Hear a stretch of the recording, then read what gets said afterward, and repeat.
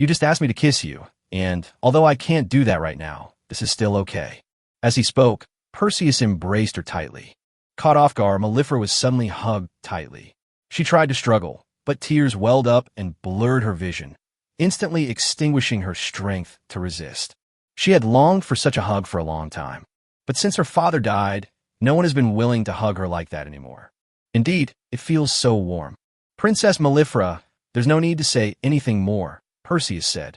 "Whether you believe it or not, I fully understand your worries and your pain. I assure you, very soon, not long, I will get rid of these bad things for you, so that you can smile as you please." A genuine smile. "Good," Mellifera said in a barely audible voice. In that embrace, she didn't want to think about anything anymore. She would agree to whatever he asked. But a force suddenly appeared, giving her the courage to push Perseus away and look him in the eye. "Why are you doing these things for me?" "Of course it's because I love you," Perseus said. "Why? Why would you love me?" "Because I can't help myself when I'm faced with a girl like you." Mellifera pursed her lips, unsure whether to cry or laugh. After thinking for a long time without figuring out how to react, she simply threw herself back into his arms.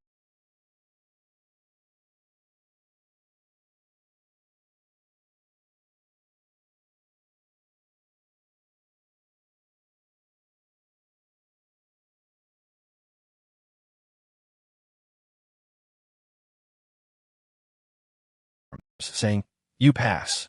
Perseus held her tightly, without saying a word. After a while, Mirifera also wrapped her arms around his back, clumsily but forcefully hugging him. The two embraced tightly, and after what seemed like an eternity, Mellifera finally felt an overwhelming sense of shyness again. She felt it was inappropriate for them to continue embracing like this, but she didn't want to push Perseus away again. Perseus, what if someone sees us like this?" Mellifera asked. "Then let them see it. But what if it's your girlfriend who sees us?" Her tone was out of control, carrying a hint of a woman's resentment, which drove her a little crazy. "What's going on here? This man has a girlfriend. Wouldn't that make her the other woman?" She didn't want to be the kind of bad woman who ruins other people's relationships, so she couldn't accept their relationship turning out that way. Therefore, one should not harbor resentment. She should be angry. She angrily broke free from his embrace, slapped him hard across the face, and then resolutely left despite his desperate pleas. However, she got stuck on just the first step. Mellifera was ashamed. She's such a useless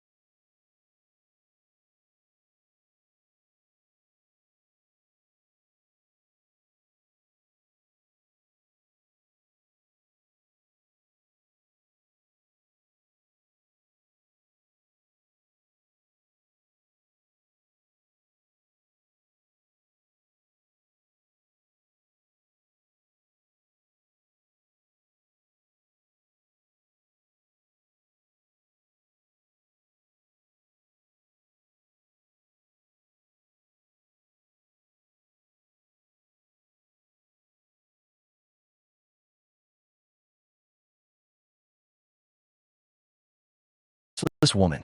"Your Highness Mirafara, I heard you were looking for me," Helen said with a smile. Mellifera's body stiffened instantly. "Perseus, am I hallucinating? I think I heard your girlfriend's voice." "Your Highness, could you at least look at me? Or let go of my boyfriend first," Helen smiled gently. "I'm afraid he can't handle it if you hug him too tightly." "Oh, it really is you." Mirifera suddenly unleashed astonishing power, not only easily pushing Perseus away, but almost sending him flying. Then she looked at N.A.N to the side. Her face flushed, and she stared in disbelief. "That's right, it's me," N.A.N said naturally as she sat on Perseus's lap. "When Luna saw you two out on a date and lost track of time, even forgetting to come back from class, she was afraid you'd run away together.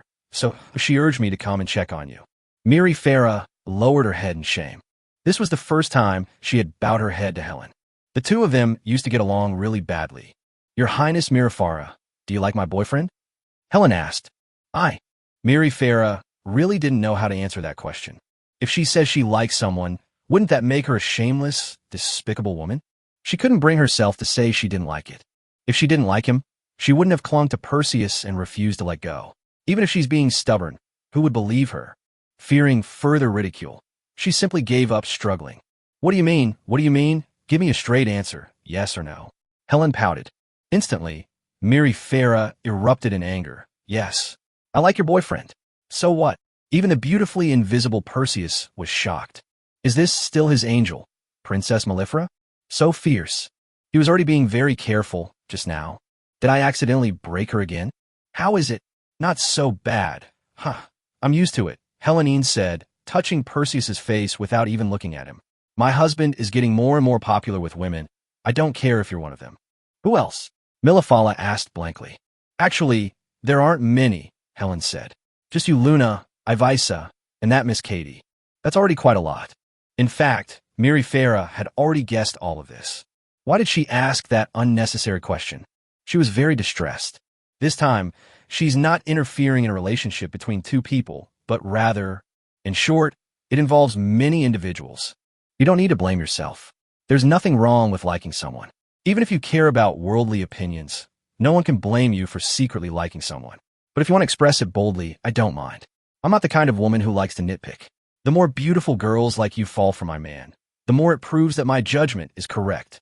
Superficial. Mellifera couldn't help but complain. How can you look at things like that? She wouldn't be able to tolerate it. Despite her appearance, she will never hesitate to go all out when necessary. Not drawing her sword is already a sign of her being polite. But isn't my shallowness advantageous to you? Helen asked. I'll head back now. Mellifera stood up. Fine, go back now. Anyway, if you leave now, I'll kick you off the list, and if you want to come back later, I absolutely won't allow it. Helen said lightly. Mirafara glared at her hatefully. After a while, she quietly sat back down. Helen smiled and said, In that case, let's not have any more conflicts and just call each other sisters. No. Mellifera also had a temper. That's fine too. As long as you like him and are willing to be with him, and I think you're quite a beauty with decent character, I'll treat you like family whether you like it or not, and I'll never bully you again. Mellifera frowned. This woman acted so easygoing and tolerant, as if she were the rightful wife. Baffling. Let me ask you this casually. Between you and Ivisa, who's in charge? Mellifera asked casually. Is that even a question? Of course. She has the final say. Mirafara was secretly surprised, then said in a strange tone, Then these words should have been said to me, not to you, right? I didn't want to say it either, but Sister Ivisa doesn't manage things, and this family can't be without rules, so I have no choice but to temporarily take over her management of you. Mirafara didn't know how to respond. This home? It's as if they formed a big family. She hasn't agreed to Perseus's request yet. Perseus, say something. Mellifera glanced at him. Perseus smiled. What else is there to say? Continuing this topic will benefit him no matter what. My dear, please stop teasing His Highness. But he can't just ignore things, or he'll seem very irresponsible. Being irresponsible is a fatal mistake for men. Even the worst guy will pretend to be more affectionate and responsible than anyone else before he decides to run away. I'll stop as long as she agrees to be my best friend, Helen said with a smile. Dream on, you two-faced, wicked woman. I don't like anyone else's boyfriend. Mellifera was instantly speechless. Perseus, let's discuss these things later. Also, don't tell Jerome about these things. After a while, she said this and left in a hurry. Perseus felt deeply helpless. Honey, what do you mean? You're blaming me for ruining your plans. What else? We might have been able to officially establish our relationship today. Now things have become unpredictable again. The worst part is that I can't even enjoy my food anymore. Come with me somewhere, he said with a smile. He's very angry right now. Then you must be gentle with her. Helen looked nervous and scared. My temper is even worse now. Chapter 109, The Moment of Parting. At night, after the first round of battle ended, Perseus and Helen lay snuggled together in bed, their expressions both calm. Honey, what are your plans for summer vacation? Are you going back to your hometown or staying in the capital? Helen asked. Of course I have to go back to my hometown, Perseus said. I've been away from home for almost half a year. I have to go back and visit. So you miss your family this much? Heh, just an excuse to leave the capital. He would say the same thing even in front of Dog Emperor. Yes, after all, they're family. Perseus smiled. Can I go back with you? Helen asked. Of course, it's no problem if you're willing. How boring. You weren't even sincerely trying to invite them. How can he be sincere? He was planning to run away with Ivisa. This time I left the capital, and the next time I'll come back. I'm here to take the Dog Emperor's head. It will take quite a bit of time to do this. If you want to run away, you need to travel light. Otherwise, you'll be too conspicuous and attract attention wherever you go. How can you then sneak across the border to make a living? He didn't want to bring anyone else along, except for Ivisa, whom he absolutely had to keep by his side. Even Helen and Luna. Anyway, Luna is still young, and we can't do anything to her in the next few years. We can wait until she's a bit older and the fruit is ripe, then we can eat her without any worries.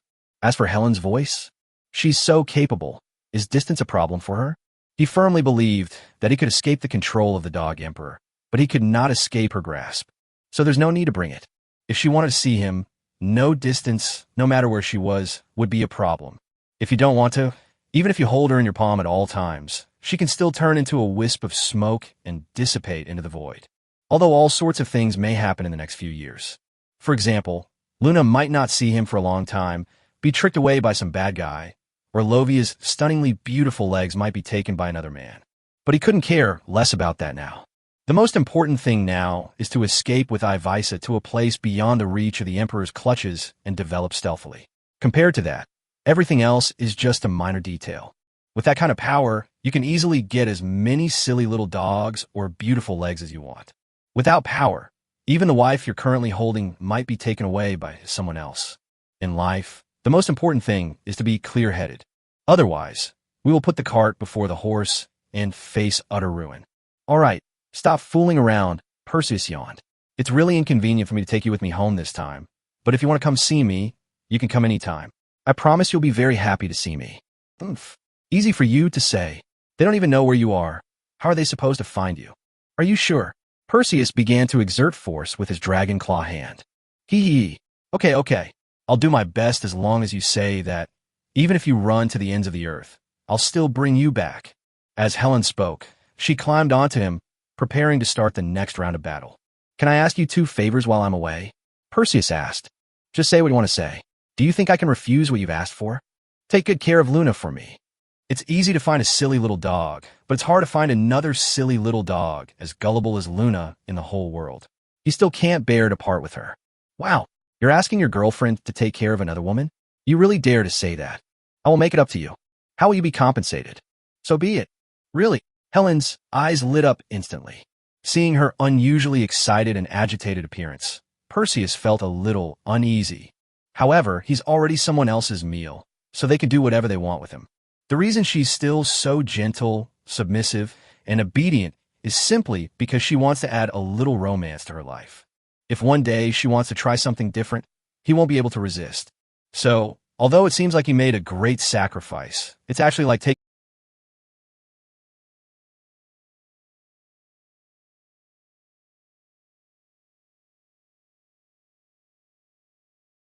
other people's things and asking them to do things for him.